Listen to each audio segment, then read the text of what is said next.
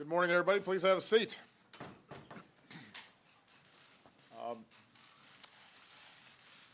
It is wonderful to be able to announce not the creation, but at least the filling of one new job.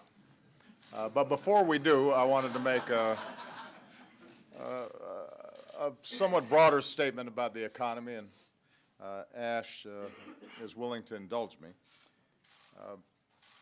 Last month, America's businesses created more than 300,000 jobs. Now, this keeps a pace so far this year that we have not seen since the 1990s.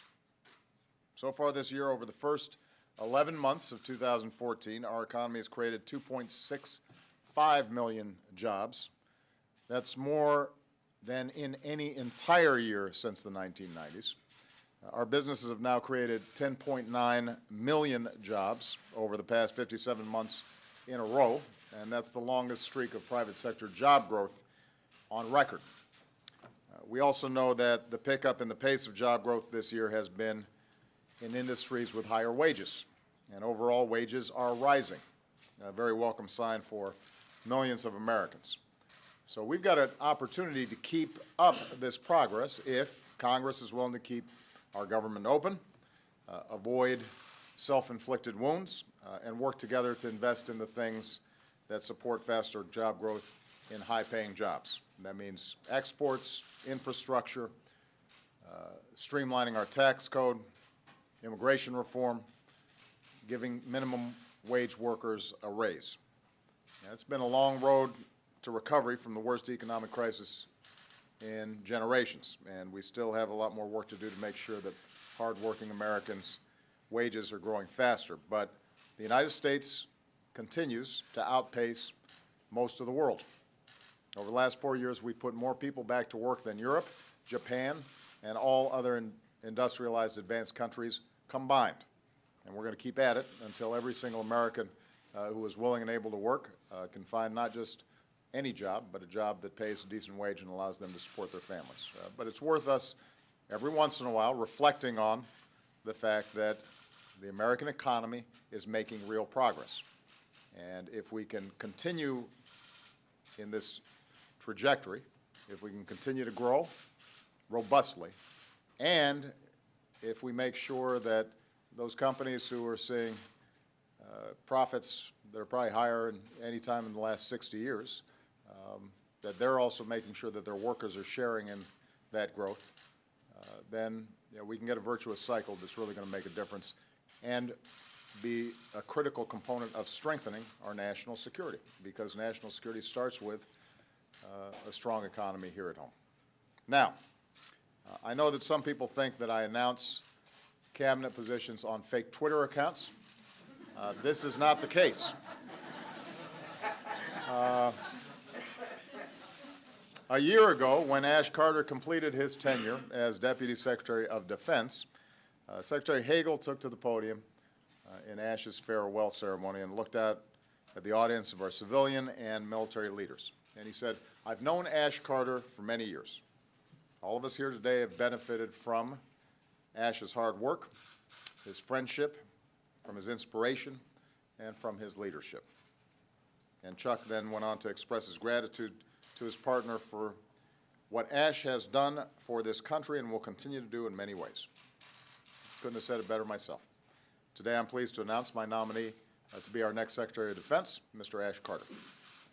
Now, with a record of service that has spanned more than 30 years as a public servant, as an advisor, as a scholar, Ash is rightly regarded as one of our nation's foremost national security leaders. As a top member of our Pentagon team for the first 5 years of my presidency, including his 2 years as Deputy Secretary, he was at the table in the Situation Room. He was by my side navigating complex security challenges that we were confronting. I relied on his expertise, and I relied on his judgment.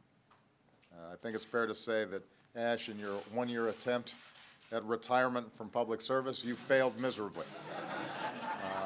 But I am deeply grateful that you're willing to go back at it. Ash, as some of you know, brings a unique blend of strategic perspective and technical know-how. As a student of history, he understands the United States, and I'm quoting him now, is the single most provider of security in the world. And he played a key role in devising our defense strategy to advance that security. He's also a physicist, which means that he's one of the few people who actually understand how many of our defense systems work. And that has also allowed him to serve with extraordinary breadth and also depth in a whole range of work that we've had to do. In one way or another, Ash has served under 11 Secretaries of Defense. He's an innovator who helped create the program that has dismantled weapons of mass destruction around the world and reduced the threat of nuclear terrorism. He's a reformer who's never been afraid to cancel old or inefficient weapons programs. He knows the Department of Defense inside and out, all of which means that on day one he's going to hit the ground running. Ash is also known by our allies and our friends around the world. Having served both Republican and Democratic secretaries, he's respected and trusted on both sides of the aisle. He's been a close partner with our military leaders, and he's admired by civilian leaders across the department because he's a mentor to so many of them. There's one other quality of Ash's service that I think often gets overlooked, and that is his true regard, his love for the men and women in uniform and their families, his relentless dedication to their safety and well-being. When he cut outdated, unneeded systems, he did it because he was trying to free up money for our troops, to make sure they had the weapons and the gear that they needed and the quality of life for themselves and their families that they deserve.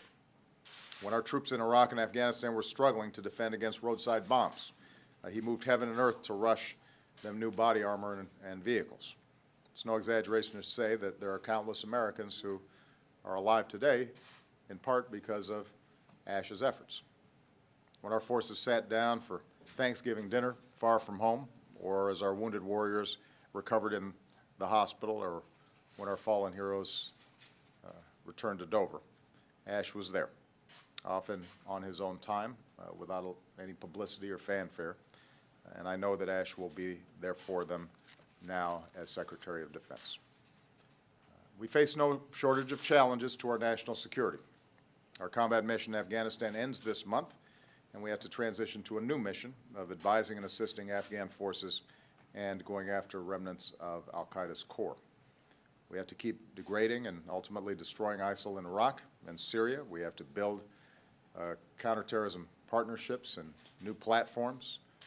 We have to continue the fight against Ebola in West Africa. We have to continue to strengthen our alliances, including NATO, and continue rebalancing our defense posture in the Asia-Pacific. Going forward, our armed forces are necessarily going to need to be leaner. But as Commander-in-Chief, I'm going to make sure that we have a military that is second to none, that continues to be the greatest fighting force in the history of the world. And that means, though, we're going to have to bolster some new capabilities, our cyber defenses, how we deal with our satellites, and how we're adapting our military and investing in new capabilities to meet long-term threats. We're going to have to work with Congress on a more responsible approach to defense spending, including the reforms we need to make the department more efficient. That's how we're going to preserve readiness. That's how we're going to keep faith with our forces and our families. That's how we're going to deliver world-class care to our wounded warriors. And Ash is going to be critical to all these efforts. When we talked about this job, we talked about how we're going to have to make smart choices precisely because there's so many challenges out there. And we're going to have to squeeze everything we have out of the resources that we have in order to be as effective as possible. And I can't think of somebody who's more qualified to do that. You know, in his career, Ash has been confirmed by the Senate 3 times. If it were entirely up to my dear friend Carl Levin, who's sitting here, I suspect it would happen really quickly because that's the kind of guy Carl is, and Carl, I know, has had a chance to work with Ash in the past. My hope is that in the new Congress we get similar speed and dispatch. By the way, we will miss Carl Levin. I just wanted to mention that.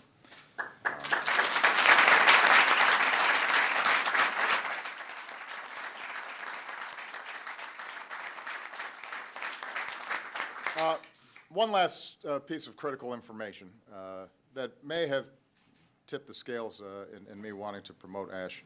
Ash is a big Motown fan. And one of his favorites is a classic by the Four Tops, Reach Out, I'll Be There. So Ash, I'm reaching out to you. You have been there for us, our troops, our families, our nation. I also know that he's been there for his lovely wife, Stephanie, sometimes by Skype because he's been traveling, but the sacrifices that Stephanie's been willing to make, you know, this is a team effort, as it is true for our military families, and so we're very grateful to Stephanie. She joined Ash on a lot of those Thanksgiving trips to see our troops and at the bedside of wounded warriors. She knows the sacrifices they're going through. Stephanie, we thank you for your service. We thank Will and Ava, who couldn't be here, but we know that they couldn't be prouder of their dad. And with that, I want to let hopefully our soon-to-be new Secretary of Defense say a few words.